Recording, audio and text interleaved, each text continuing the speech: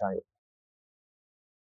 అఖిలాండ కోటి బ్రహ్మాండ నాయకుడైన శ్రీ శ్రీనివాస పరబ్రహ్మ యొక్క దివ్యానుగ్రహ విశేషం చేత తిరుమల తిరుపతి దేవస్థానం వారు నిర్వహించే అనేక ధార్మిక కార్యక్రమాల్లో భాగంగా ప్రతిరోజు మనం శ్రీమన్ మహాభారత అంతర్గత అరణ్య పర్వంలోని తీర్థయాత్ర పర్వ అనే అనుపర్వలోని విశేషాలను తెలుసుకుంటూ ఉన్నాము. ఈరోజు ప్రవచన కార్యక్రమాన్ని మనం మంగళ పద్యాన్ని పలుకుతూ ప్రారంభించుకుందాం. నారాయణం నమస్కృత్య నరం చైవ నరోత్తమం దేవీం సరస్వతీం వ్యాసం తతో జయముదీరయేత్.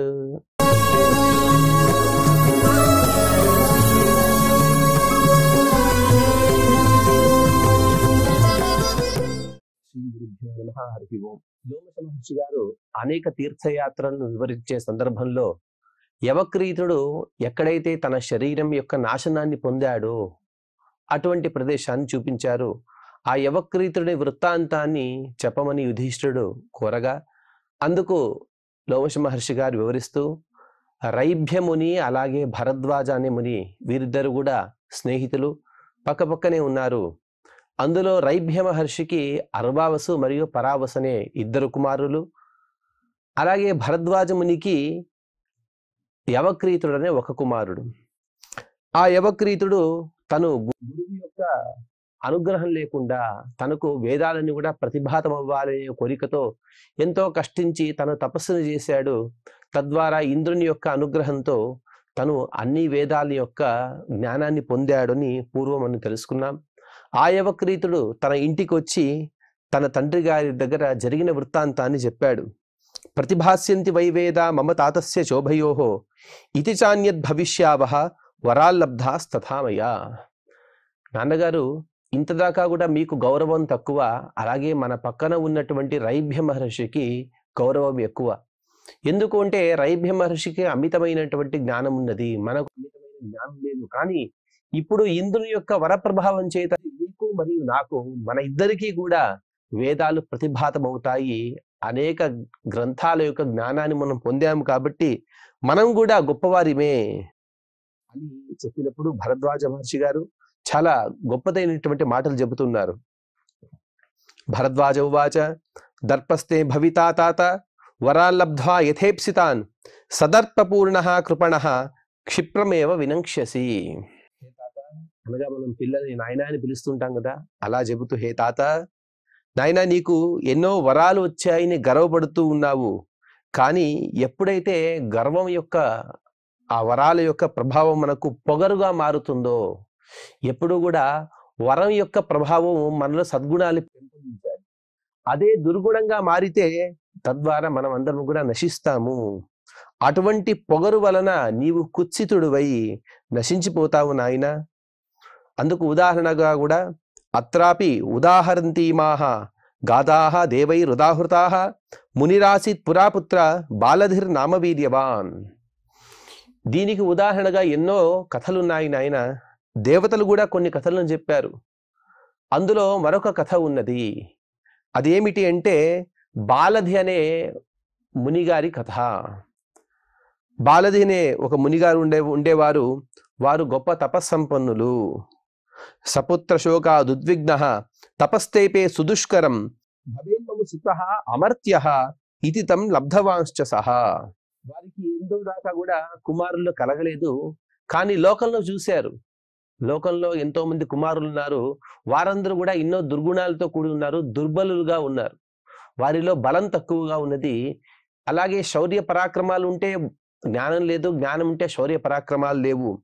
కానీ నాకు ఒక కుమారుడు కావాలి, వాడు ఎటువంటి వాడు ఉంటే అమర్త్య, వాడికి మరణం అనేది ఉండకూడదు అని ఒక సంకల్పంతో తన ఒక కుమారుడిని అయితే పొందారు. పొందిన తర్వాత వారు తపస్సును కూడా చేశారు. తపస్సు చేసి వైదేవైః కృతోన త్వమరైః సమః నామర్త్యో విద్యతే మర్త్యః నిమిత్తాయుర్భవిష్యతి. దేవతలందరూ కూడా ఆ బాలధి మహర్షి గారి దగ్గరికి వచ్చారు. మీకేం వరం కావాలో కోరుకోమని చెప్పారు. ఆ బాలధి మహర్షి గారు అన్నారు, నాకు అమర్త్యుడు, మరణం లేని కుమారుడు కావాలని కోరుకున్నారట. అందుకు వారు అన్నారు, నామర్త్యో విద్యతే మర్త్యః. ఎవరైనా అమృతాన్ని స్వీకరిస్తే వారు దేవత్వాన్ని పొందితే వారు మాత్రమే అమర్త్యులుగా ఉంటారు. కానీ మీరు మనుషులుగా పుట్టినవారు, మీకు మరణం అనేది ఉండే ఉంటుంది.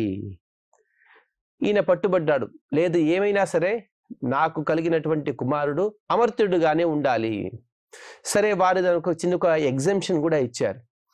ఒక నిమిత్తాన్ని సూచించండి, ఆ నిమిత్తం ద్వారా, అనగా ఆ నిమిత్తం నశిస్తే మీ కుమారుడు కూడా నశిస్తాడు, అటువంటి ఒక నిమిత్తాన్ని సూచించండి అని అడుగుతూ వారు ఎన్నో ఉదాహరణలు కూడా చెప్పారు. పూర్వం రావణ కుంభకర్ణాదులు కానీ, హిరణ్యాక్ష హిరణ్యకశిపుడు కానీ, ఇలాగా చెప్పుకుంటూ పోతే అనేక ఉదాహరణలు ఉన్నాయి. వారందరూ కూడా నాకు మరణం ఉండకూడదు అని ఎన్నో కోరికలు కోరినప్పటికీ కూడా చివరికి వారందరూ కూడా మరణించవలసి వచ్చినది. పుట్టినవాడు, వాడికి జాతస్య ధ్రువం మృత్యు, పుట్టినవాడు ఖచ్చితంగా వాడికి మరణం అనేది ఉండే ఉంటుంది. కాబట్టి ఇంకా వేరేదైనా కోరుకోమని వారు అడగగా అందుకు బాలది మహర్షి గారు పక్కన చూశారంట. వారు ఎక్కడైతే తపస్సు చేస్తున్నారో అక్కడే ఒక పెద్ద పర్వతం కనబడింది. ఆలోచించారు బాలది మహర్షి గారు, ఎంతైనా కూడా ఈ పర్వతం అనేది కరగదు, చాలా పెద్దది. సరే, ఈ పర్వతం లాగా నా కొడుకు కూడా, వాడు కూడా గట్టిగా ఉంటాడు, అలాగే ఈ పర్వతం ఉండే వరకు కూడా నా కుమారుడు ఉండాలని కోరుకుంటే ఈ పర్వతం అయితే నశించిపోదు. కాబట్టి బాలధిరువాచ యథేమే పర్వతా శశ్వత తిష్టంతి సురసత్తమాః అక్షయ్యాః తన్నిమిత్తం మే సుతస్యాయుర్భవిష్యతి. ఒక పర్వతం కాదు, అక్కడ ఉన్నటువంటి పర్వత శ్రేణులను చూపించారు. ఎంతవరకైతే ఈ పర్వతాలు గట్టిగా ఉంటాయో, ఈ పర్వతాలని కూడా చక్కగా నిలబడి ఉంటాయో, అంతవరకు కూడా నా కుమారు యొక్క ఆయుష్ గట్టిగా ఉండాలి. అలాగని కోరుకున్నారు. వారి కాన్ఫిడెన్స్ ఏమిటి అంటే, ఎలాగైనా సరే పర్వతాలు అనేవి కరిగిపోవు, ఈ పర్వతాలు శాశ్వతంగా ఉంటాయి, నా కుమారుడు కూడా దీర్ఘమైనటువంటి ఆయుష్ ఉంటుంది అని వారు అనుకున్నారు. వారందరూ కూడా అదే విషయాన్ని భరద్వాజ మహర్షి గారు మరొకసారి చెబుతూ, తస్య పుత్రస్తదా జజ్ఞే మేధావి క్రోధనస్తదా సతచ్చుత్వా కరోద్దర్పం ఋషీశ్చైవావమన్యత. దేవతలందరూ కూడా తపస్సు ఉన్నారు, అనగా ఈ పర్వతాలు ఉండే వరకు కూడా నీ కుమారుని యొక్క ఆయుష్కు ఢోకా లేదు అని వారు ఆశ్వాసాన్ని అయితే ఇచ్చేశారు. వారికి ఒక కుమారుడు కూడా పుట్టాడు, చాలా గొప్పవాడు, బుద్ధిమంతుడు. వాడి పేరు క్రోధనుడు. ఈ క్రోధనుడు ఏం చేస్తున్నాడు అంటే, ఒకసారి ఎవరో ఇలా ఆట ఆడే సందర్భంలో తన తండ్రి గారైనటువంటి బాలది మహర్షి గారు చేసిన తపస్సును ఎవరో చెప్పేశారు.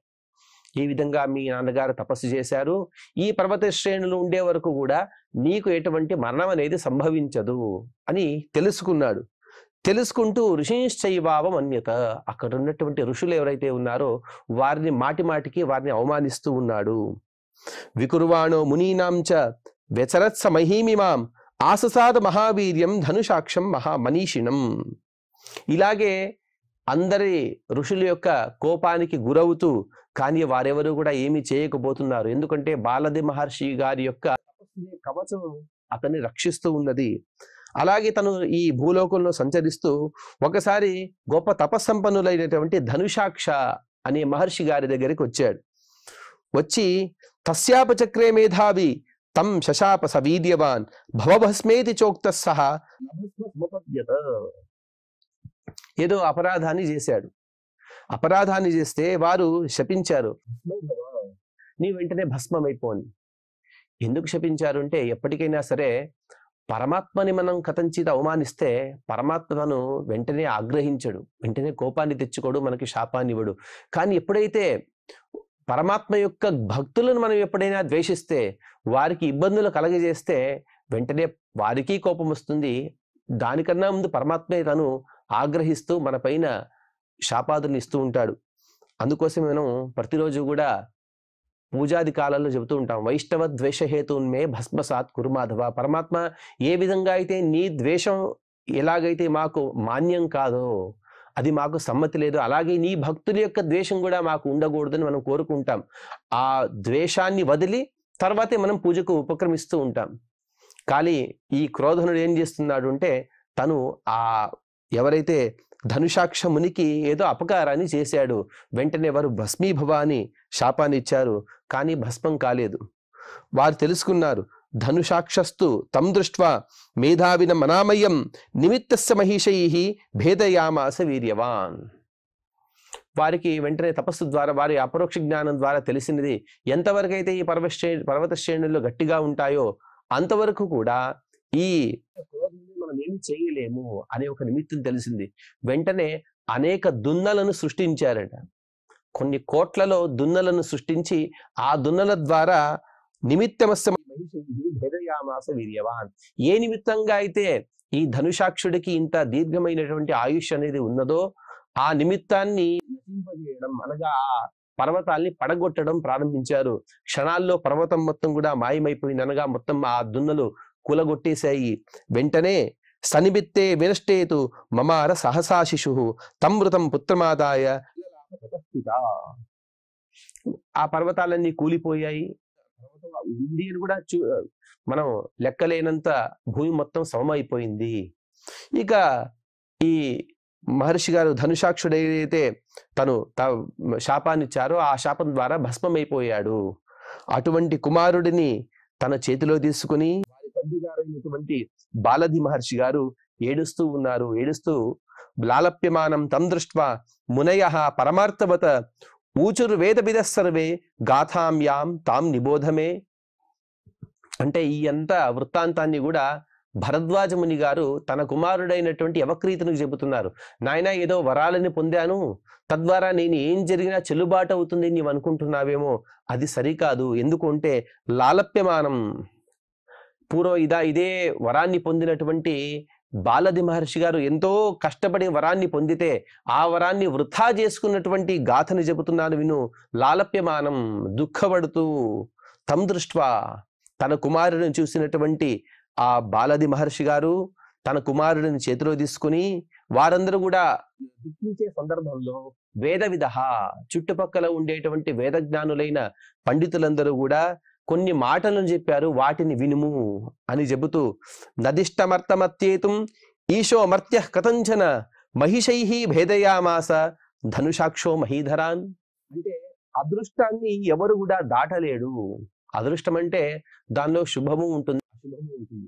మనం సామాన్యంగా వారి చాలా అదృష్టం అండి అని మనం అనుకుంటూ ఉంటాం. అదృష్టం అంటే మనకు కనపడని వస్తువు, అదేమిటంటే పుణ్యము అలాగే పాపము. ఈ రెండిటిని ఏ మనిషి కూడా దాటలేడు. దిష్టం అర్థం అత్యేతుం మర్త్యః కథంచన నదిష్టః.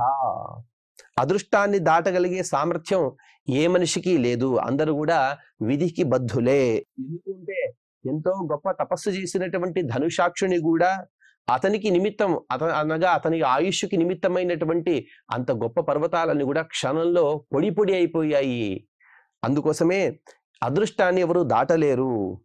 ఏవం లబ్ధ్వా వరాన్ బాలాః దర్పపూర్ణ తపస్వినః క్షిప్రమేవ వినశ్యంతి యథానస్య తథా భవాన్. ఇలాగైతే బాలది మహర్షి గారు తప్పు చేశారో అలాగే నీవు కూడా ఎంతో గొప్ప తపస్సు చేశావు. నీవు చేసినటువంటి తపస్సుని మంచి పనికి ఉపయోగించు. దర్పంతో అలాగే బాల్యంతో, చిన్న వయసులోనూ ఉంటారు. తనకు దొరికినటువంటి వరం తద్వారా దర్పము, ఏదో కొద్దో గొప్ప తపస్సును కూడా చేసుంటారు. కానీ ఈ తపస్సు అనే ఒకే సుగుణము అనేక దుర్గుణాలు, ఆ దుర్గుణాల వలన ఇతను చేసినటువంటి తపస్సు కూడా మరుగున పడిపోయి అందరూ కూడా నాశనాన్ని పొందవలసి వస్తుంది. కాబట్టి నీవు నీ నాశనాన్ని కోరుకోకుండా మంచి పనినే చేయమని తండ్రి గారైనటువంటి భరద్వాజ ముని గారు చెబుతూ ఉన్నారు. అలాగే ఇంకొక జాగ్రత్తను కూడా చెబుతున్నారు. నాయన, నీవెందుకోసం ఇంత తపస్సును చేశావో తెలుసా? ఏషరైభ్యో మహావీర్య పుత్రౌ చాస్య తథావిధౌ తం యథా పుత్రనాభ్యేషి తథా కుర్యా స్వతంత్రితః. మన పక్కనే ఉండేటువంటి రైభ్య మహర్షి యొక్క జ్ఞానాన్ని సహించుకోలేక అతనికి వచ్చేటువంటి ఆదరణను అలాగే సత్కారాలను నీవు సహించలేక వారికి పోటీగా ఇంత తపస్సు చేసావు కదా. కానీ ఇది సరి అయిన గుణం కాదు. తల్లిదండ్రులైన వారు పరగుణం యొక్క ఉత్కర్షాన్ని సహించే స్వభావాన్ని తమ పిల్లలకి అలవాటు చేయించాలి. ఇలాగే చూడండి ఎంత చక్కగా చెబుతున్నారో భరద్వాజ ముని గారు. మన పక్కనే ఉండేటువంటి రైభ్య మహర్షి గారు, వారు చాలా తపస్సంపన్నులు, మహావీర్య, గొప్ప జ్ఞానులు వారు. వారిలాగే వారిద్దరు కుమారులు అర్వావసు మరియు పరావసు, వీరిద్దరు కూడా చాలా గొప్ప జ్ఞానవంతులు. వారిని ఎలాగైతే ద్వేషించకుండా ఉంటావో అటువంటి పనిని మాత్రమే చెయ్యి.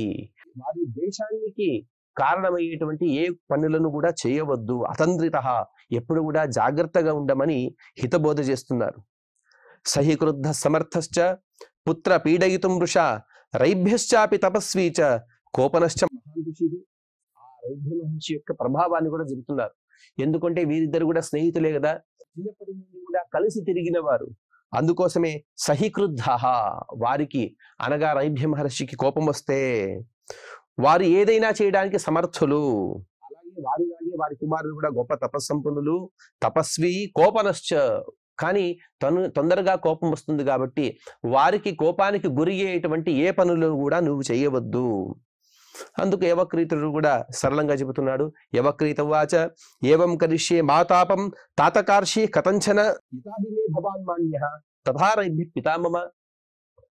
మాటలైతే మంచి మాటలే మాట్లాడుతున్నాడు యవక్రీతుడు. నాన్నగారు మీరే మాటలైతే చెప్పారో ఆ మాటలను శిరసా వహిస్తాను, వాటినే చక్కగా ఆచరిస్తాను. అంత మాత్రం కాదు, ఎలాగైతే మీరు నాకు గౌరవానికి అర్హులో అలాగే నేను ఆ రైభ్య మహర్షి గారిని కూడా నా తండ్రి గారు అనుకుని వారిపైన అంత గౌరవాన్ని చూపిస్తూ ఉంటాను. కాబట్టి వారికి నేను ఎప్పుడు కూడా అపకారాన్ని చెయ్యను అని తన తండ్రి గారి దగ్గర మంచి మాటలను పలికాడు. తర్వాత లోమశ మహర్షి గారు చెబుతూ ఉక్త్వా సపితరం శ్లక్ష్ణం యవక్రే రకుతోభయ విప్రకుర్వన్ ఋషీనన్యాన్ అతుష్యత్ పరయాముదా. ఇటువంటి మంచి మనోహరమైనటువంటి మాటలు మాట్లాడాడు గాని యవక్రీతుడు ఏం చేశాడంటే అకుతో భయ, నాకెక్కడిది భయము అనే ఒక దర్పంతో అహంకారంతో అన్యాన్ ఋషీన్ విప్రకుర్వన్, ఇంకా మిగతా ఎవరైతే ఋషులు ఉంటారో అనగా ఇంత దాకా కూడా రైభ్య మహర్షి దాకా వెళ్ళలేదు, ఇంకా వేరే చుట్టుపక్కల ఉన్నటువంటి ఋషులకు అనేక ఆటంకాలను కలిగిస్తూ వారు చేసే యజ్ఞంలో కానీ తపస్సులో కానీ ఇటువంటి వారి వారి కార్యక్రమాల్లో అనేక విఘ్నాలను తను కల్పిస్తూ వారిని దుఃఖపరుస్తూ తను ఆనందిస్తూ ఉన్నాడు అని చెబుతూ ఇక్కడికి 135వ అధ్యాయం ముగిసినది. తర్వాత 136వ అధ్యాయంలో తర్వాత లోమశ మహర్షి గారు చెబుతూ చంక్రమ్యమాణ సతదా యవక్రీ రకుతోభయ జగామ మాధవే మాసి రైభ్యాశ్రమ పదం ప్రతి. చంక్రమ్యమాణ అనగా చెడు తిరుగుడు తిరుగుతూ ఉన్నాడు, పనికిరాని విధంగా తిరిగేటువంటి స్వభావం కలిగిన ఆ యవక్రీతుడు అకుతోభయ ఇంకోసారి చెబుతున్నాడు ఎటువంటి భయం లేనివాడై మాధవే మాసి, మంచి వైశాఖ మాసం, మంచి ఎండాకాలం, అటువంటి సందర్భంలో రైభ్యుని యొక్క ఆశ్రమానికి వెళ్ళాడు. ఆ ఆశ్రమంలో ఎలా ఉంది అంటే సదదర్శాశ్రమే రమ్యే పుష్పిత ద్రుమభూషితే విచరంతీం స్నుషాం తస్య కిన్నరీమివ భారత. పుష్పిత ద్రుమభూషితే ఆశ్రమే, మంచి వృక్షాలు, ఆ వృక్షాల్లో అన్ని రకాల పూలు ఉన్నాయి. ఆ పూలతో అన్ని చోట్ల కూడా సుగంధభరితమైనటువంటి వాతావరణం ఉంది, ఆహ్లాదకరంగా ఉంది. అటువంటి వాతావరణంలో ఈ రైభ్య మహర్షి యొక్క కోడలిని చూశాడు. ఆవిడ అలా తిరుగుతుంది ఏదో పని పైన, కానీ ఆవిడ తిరిగే విధానం చూశాడు. చూసి సాక్షాత్తుగా కిన్నరే వచ్చిందా. కిన్నర స్త్రీ అంటే చాలా సుందరంగా ఉంటారు. ఆ కిన్నర స్త్రీలాగా సుందరంగా కనబడేటువంటి ఆ రైభ్య మహర్షి యొక్క కోడలిని చూసి యవక్రీ స్తామువాచేదం ఉపాతిష్ఠస్వ మామితి నిర్లజ్జో లజ్జయాయుక్తాం కామేన హృతచేతసః. హృతచేతసః అనగా తన శరీరం యొక్క అలాగే తన ఇంద్రియాల యొక్క నిగ్రహాన్ని కోల్పోయిన ఆ యవక్రీతుడు ఏం చేస్తాడంటే నిర్లజ్జ లజ్జయ, ఎటువంటి సిగ్గు లేక మనం ఏదైనా చెడు పనిని చేసే సందర్భంలో కాస్త అయినా సిగ్గుపడాలి. ఆ సిగ్గుపడితే కాస్త ఆ చెడు పనిని చేయడానికి వెనకంజ వేస్తాం. కానీ ఎటువంటి సిగ్గు లేదు, సిగ్గు లేకుండా తను ఆ సుమంగళి స్త్రీ పతివ్రత దగ్గరికి వెళ్ళి అడుగుతున్నాడు, నాతో నువ్వు ఏకాంతంగా గడపవాలి అని అడిగాడు. అడిగితే ఆవిడ సాతస్య శీలమాజ్ఞాయ తస్మాత్ ఛాపాచ్చ బిభ్యతి తేజస్వితాం చ రైభ్యస్య తథేత్యుక్త్వా జగామః. ఆవిడకి ఈ యవక్రీతుని యొక్క వృత్తాంతం తెలుసు. ఇతను ఎంత తపస్సు చేశాడు, ఆ తపస్సు ద్వారా పొందిన వరాలు, అలాగే వేదం యొక్క జ్ఞానము, ఇదంతా కూడా తెలుసు. అతని స్వభావం కూడా తెలుసు.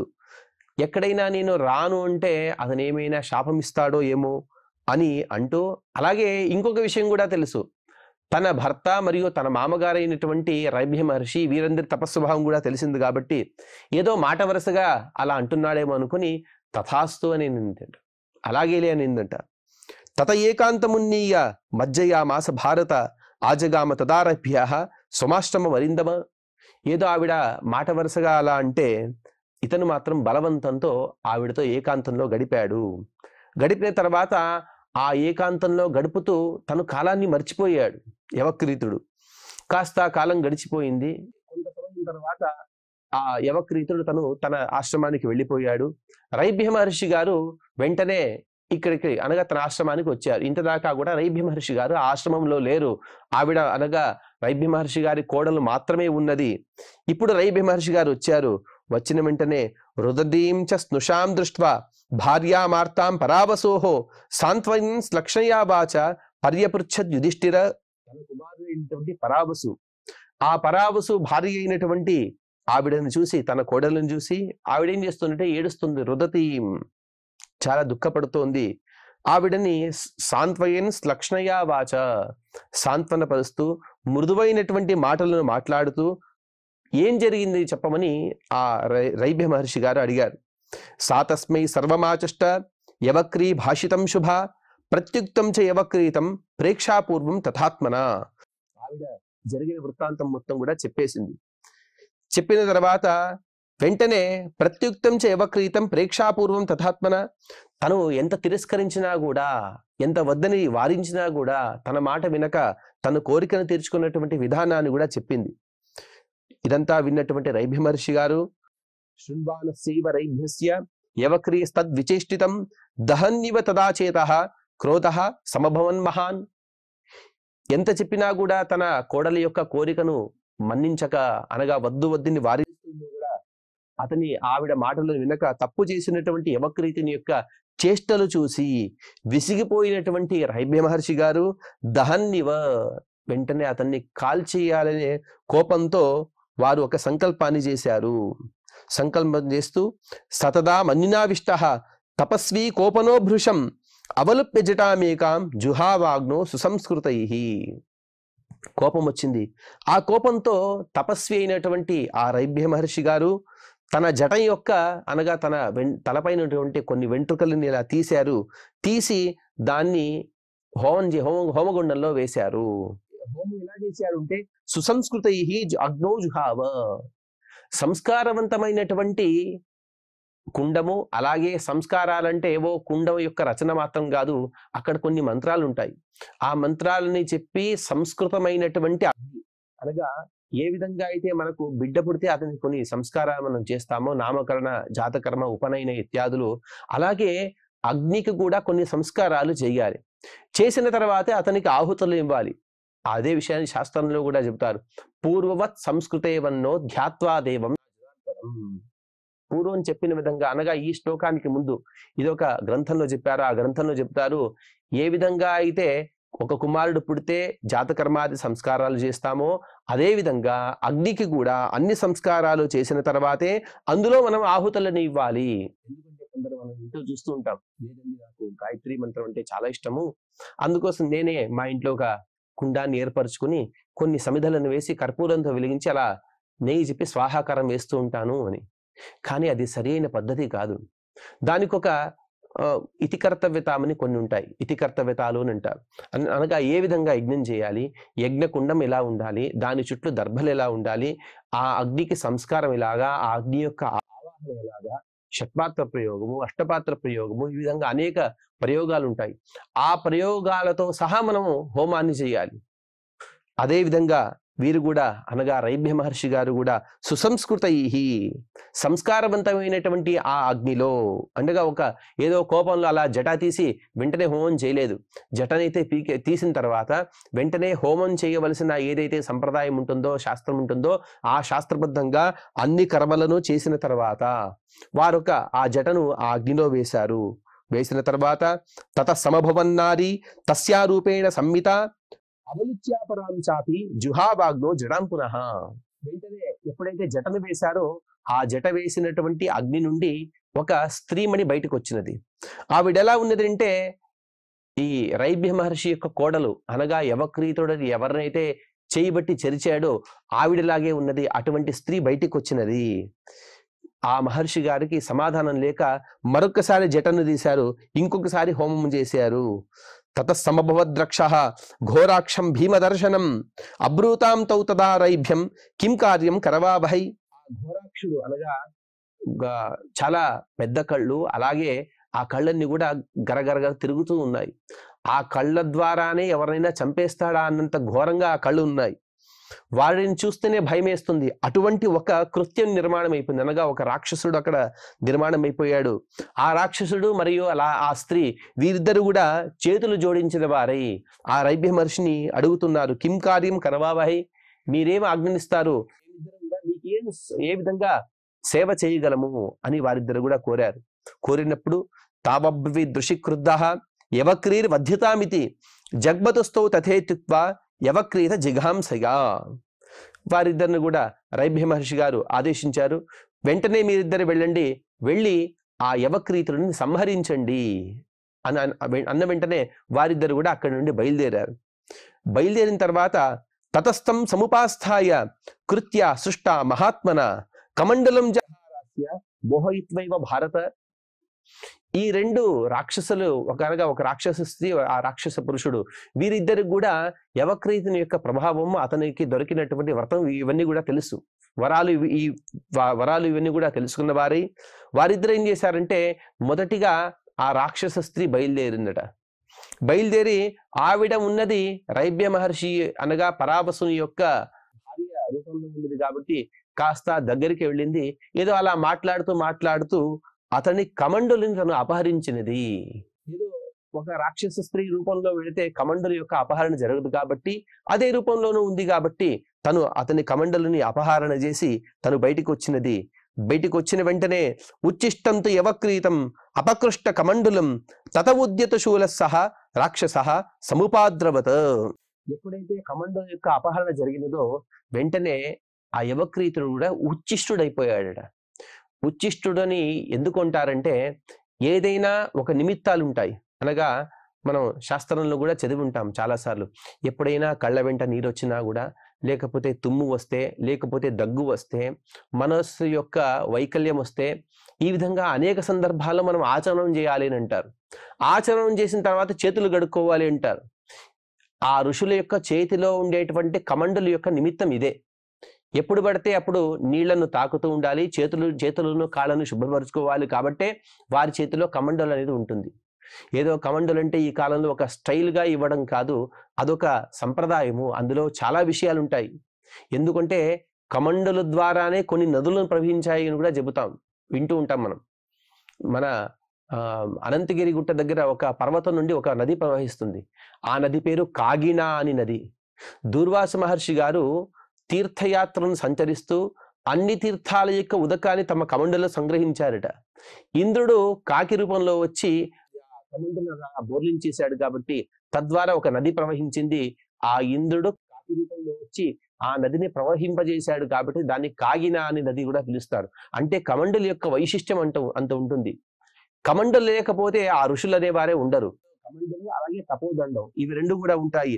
వెంటనే కమండలు తన దగ్గర లేదు, ఉచ్చిష్టుడైపోయాడు. ఉచ్చిష్టుడైపోయిన వెంటనే అతను అశుభ్రుడైపోయాడు.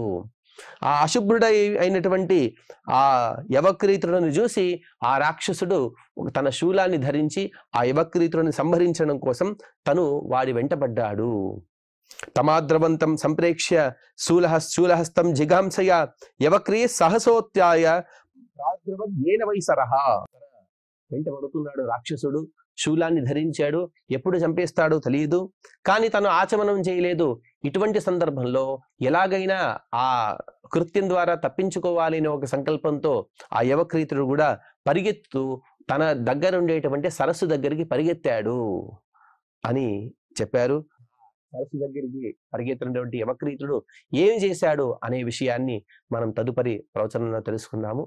ఈ రోజు ప్రవచన కార్యక్రమాన్ని మనం క్షమా ప్రార్థనతో మనం ముగిద్దాం. యదక్షరపదం భ్రష్టం మాత్రాహీనం చ యద్భవేత్ తత్సర్వం క్షమ్యతాం దేవ నారాయణ నమోస్తుతే.